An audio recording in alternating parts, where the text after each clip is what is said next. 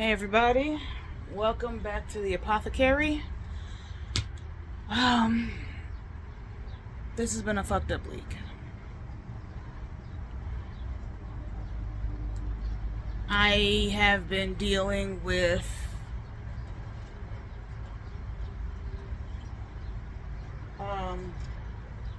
my mom's death. I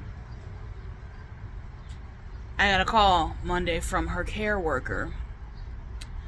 She's through the group here in Indiana called Adult and Child. They helped her pay for her apartment because she's disabled, and they were getting her on Section 8. She missed an appointment. My mother never misses her appointments. Ever. Not without alerting someone that she needs to miss the appointment. So that was strange. They called her, they couldn't get through. That is not strange. My mother does screen her calls, and she does go off the grid sometimes, when she's like mentally or emotionally struggling. Usually she blows my phone up when that happens, but we sometimes go a couple weeks and things without talking to each other due to, we have separate lives, But when they went about a week without being able to catch up with her, they were concerned. So her caseworker calls me and asks if mom is with me, because she said, this is the second time I've been to her apartment. The lights are off, the door is locked, and these packages have been sitting here for days, and I know one of them is medication. My mother would never leave a package sitting. Now, she had a Temu addiction or an Amazon addiction like you wouldn't believe. And she was absolutely a mailman stalker. Those packages being there, she would never have left them outside. So, because I am her emergency contact and I do have a key to her apartment, I met Miss Kim over there. The second I opened the door, the smell, and I knew. I'm calling her name, just praying that, she let something rot in her garbage. Because sometimes that has happened. She had a hip replacement last year, and she was due for another one this year. So it was difficult for her to get around. So I could easily see, she not being able to get her garbage out to the dumpster. It was heavy, or it's a long walk and she was in pain. I could easily see that. That's what I was hoping. And I found her in her bedroom. Obviously, judging from the state of her body and the smell in the apartment, she had been there for days.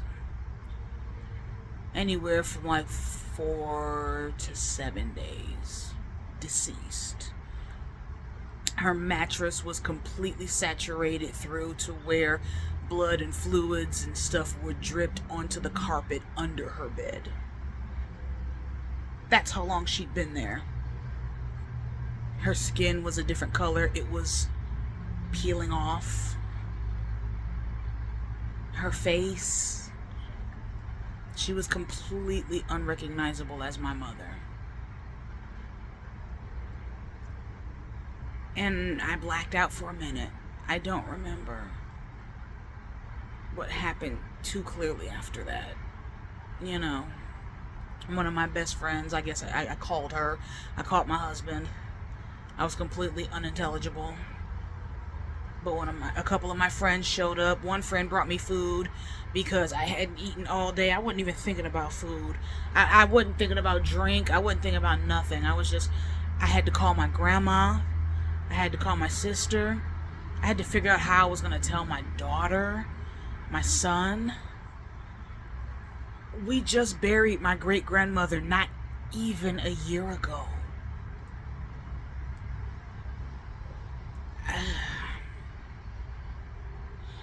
And because I am not only the eldest child, but I have all of her information and I knew all her information, it falls to me to have her remains dealt with. And if we're going to have a funeral, if we're going to do obituary or whatever. I don't know. I don't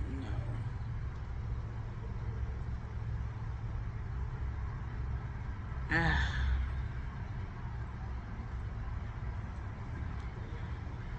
So that's what I'm dealing with. It's only Wednesday. And already I have discovered my mother deceased. I have talked to funeral directors and the coroner's office and the police. I've been trying to keep up with my grandma in Detroit.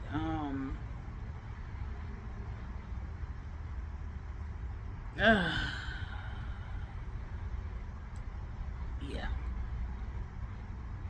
This is gonna be a hard one. I mean, my mom and I had our differences. We butted heads a lot. There was a lot of generational trauma and upset that I was in the process of breaking. And she finally got to the point where she could admit she needed help. You know, we're finally getting to the point where she's breaking them generational curses and bonds right along with me. And then she's gone. One of my sisters thinks that my great grandma came and got her because there's some bullshit on the horizon in the family or in the country. There's something coming that she didn't want my mama to be part of, that my mama would not have been strong enough to survive. And when I think about it like that, it's possible.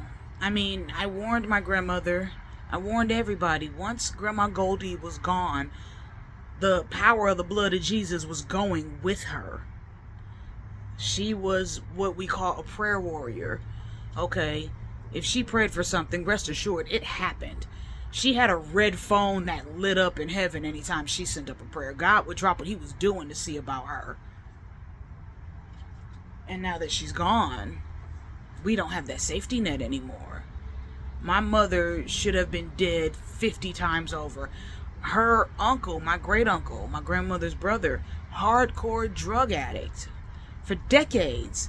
If anybody should have been dead, it should have been him. He was beyond 9 lives. He had 90 lives because the prayers that my great grandma sent up kept us protected. I had my money on a bunch of other people going after Grandma Goldie died. My mama wasn't on that list. While she may not have been in the best health, she was years away from death. But I do think about, years ago, she started joking about, the shape of her health. When she would talk about how, her body is falling apart and, y'all gonna have to do something, I'm gonna need cryostasis or some shit. What are you talking about, Ma? I'm not gonna make it to 60 with the way my body acting. My knees hurt, my hips hurt, my back hurt. I need surgery for this, I need surgery for that. I can't walk, I can't sleep. I mean, she was right. Her joints were horrible. When she went through chemotherapy for her cancer, we discovered that she had a genetic degenerative bone disease of some sort. And the chemotherapy made it worse. So, yeah, she was absolutely in pain. She was absolutely falling apart. But I would always check her like, don't curse yourself like that. What? It's true. The way my body is, I'm not going to make it to 60. Don't say that, Ma. Don't put that shit out there. That is not funny. You got plenty of years ahead of you. My mother is 57. She would have been 58 this June 14th. She did not make it to 60. I don't know if this was her way of telling me something that she knew. Did she get a download? Did she get a message?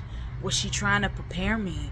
I mean, I always knew I'd probably be the one to find her if she died because I was the closest one to her. She didn't have much of a relationship with my sisters. We had a fractured relationship because she didn't raise us. And a lot of things that she did in the past were harmful to us. Me in particular, due to the fact I was closest to her. But that was still my mama, and flawed being as she was still my mother. So, this is hard.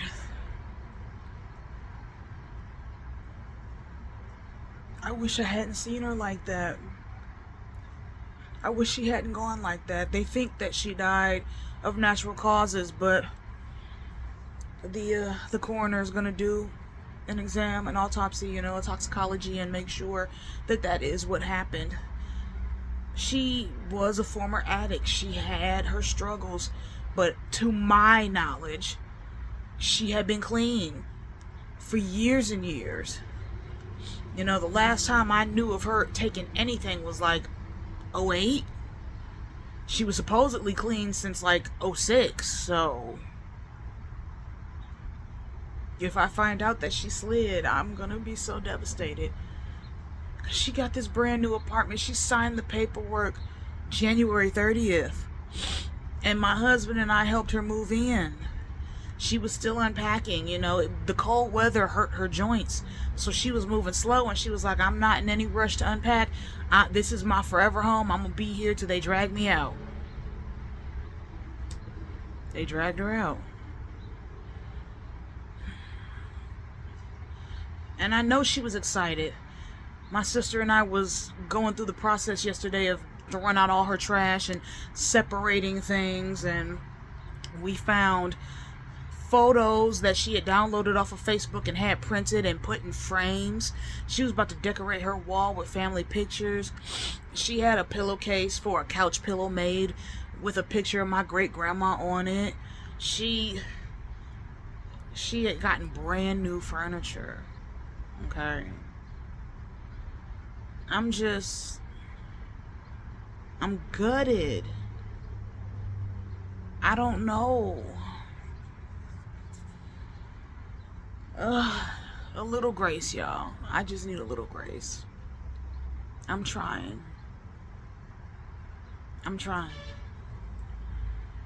I gotta plan a celebration of life. I want to do something. I'm not gonna do a funeral because she didn't go to church. She was not a churchgoer. We could go back to Detroit, Michigan. There's a couple churches I could look into there, but because she wasn't a member, the price is going to be astronomical. And then I don't think my grandma will make it through a funeral. I don't think no. It's going to be hard enough keeping her alive right now. She's telling everybody, oh, I'm fine, oh, I'm fine. She ain't fine. We know she ain't fine. This was her only child. I mean, she had a stillbirth back in the 60s. The only son she ever had was stillborn. And then my mama came a couple years later. So, yeah, her last living child. She's got to bury her baby. She is not okay. I'm not okay. But at least I was prepared to one day bury my mother. You're not supposed to outlive your kids. You're not. I always knew I'd be burying my mother. I knew she would never bury me. That was never in the cards. Just like, I won't be burying my child. That's not in the cards. My daughter's gonna bury me. My granny is not going through. She's burying her child now. So I gotta keep an eye on her to make sure she doesn't spiral and follow her to the grave in a month or two, year or two. I mean, she's 81. I gotta keep an eye on her. The only good thing out of this is that the sister that I was estranged from, that I haven't spoken to since 2016, decided to come through and pull her weight.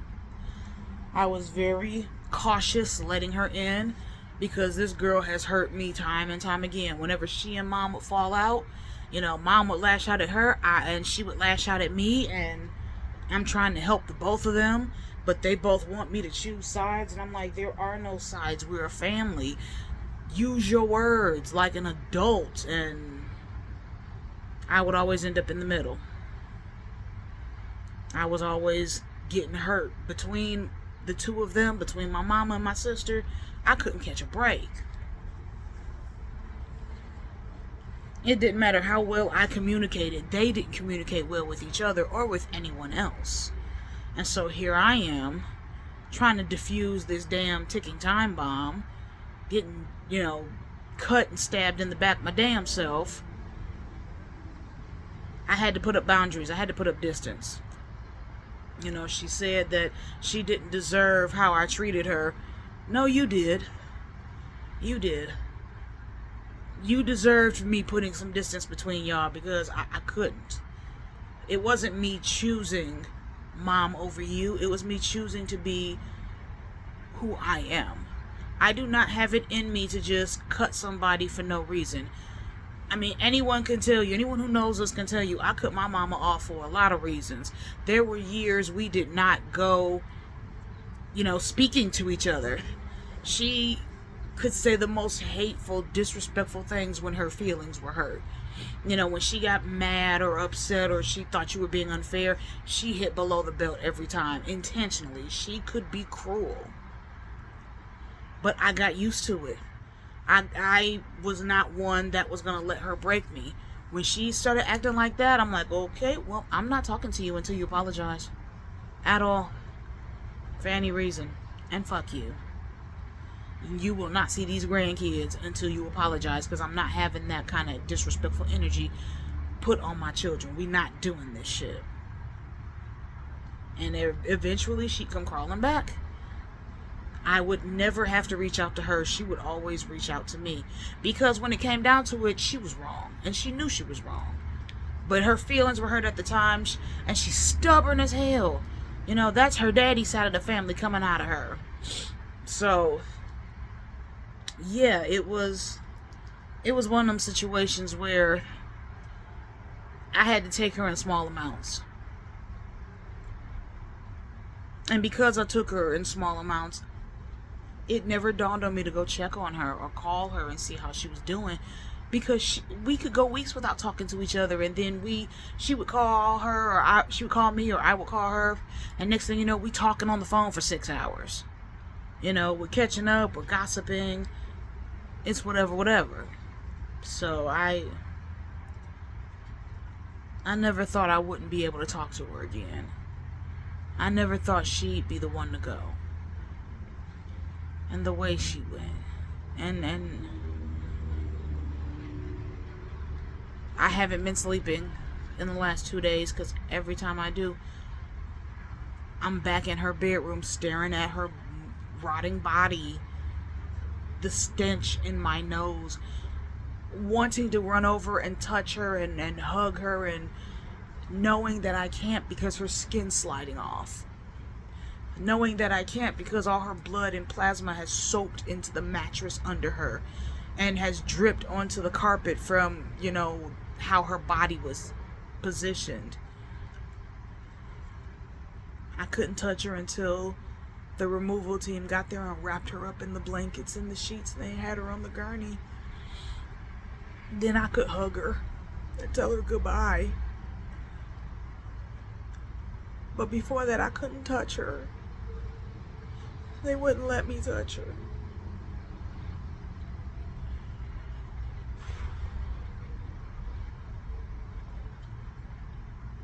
My daughter is not taking this at all. She was a grandma's baby to her soul. And her grandma's gone now, and she is lost. She's angry. She didn't get to tell her goodbye. She didn't get to tell her she loved her. Mom died in her junior year. She's graduating next year. Mom was so excited to dress her up for prom and dress her up for her graduation. She had so many plans of this party she was going to throw. Her sweet 18, because I couldn't afford to do a sweet 16. Mom was like, I'm going to save, and me and you going to put our money together. We're going to give her a blowout 18th birthday. Hell, my mama was looking forward to barbecuing for Mother's Day this year. That new apartment has a beautiful playground for the kids. It's got a nice sized pool. It's got gazebos and, those metal grills like you see at the park. Mom was gonna reserve one of those grills in a gazebo and have me bring the kids, and we was gonna barbecue for Mother's Day because she was so happy with that apartment. She couldn't wait to show me the laundry room. You know, there's a separate building for laundry. She had a key. She could do her wash at 2 o'clock in the morning and no one would bother her. And because she had a key card, the fitness room was available to her 24/7. She was looking forward to it because she had to do physical therapy for her hip. And she was like, they got a nice treadmill in there. They got a nice bike. You know, I'm going to get my health together. She was looking forward to so much. You know, she finally gets her shit together. And God takes her. Why? I'd like a message explaining why you thought this was a good idea, Lord. Like, what's coming so bad that she had to go now? What is coming our way that you didn't think she'd survive it? That she wasn't strong enough to handle it?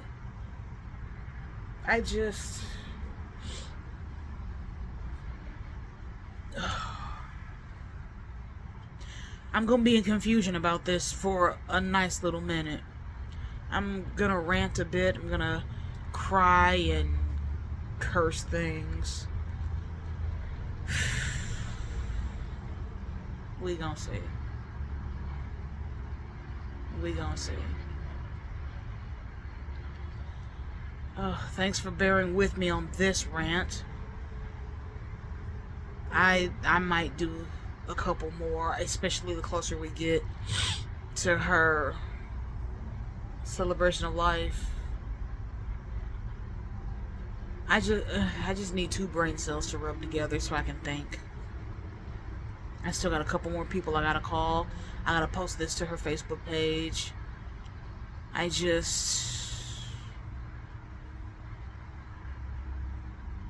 Just bear with me, y'all, and grant me a little mercy while I'm going through this, while my family is going through this.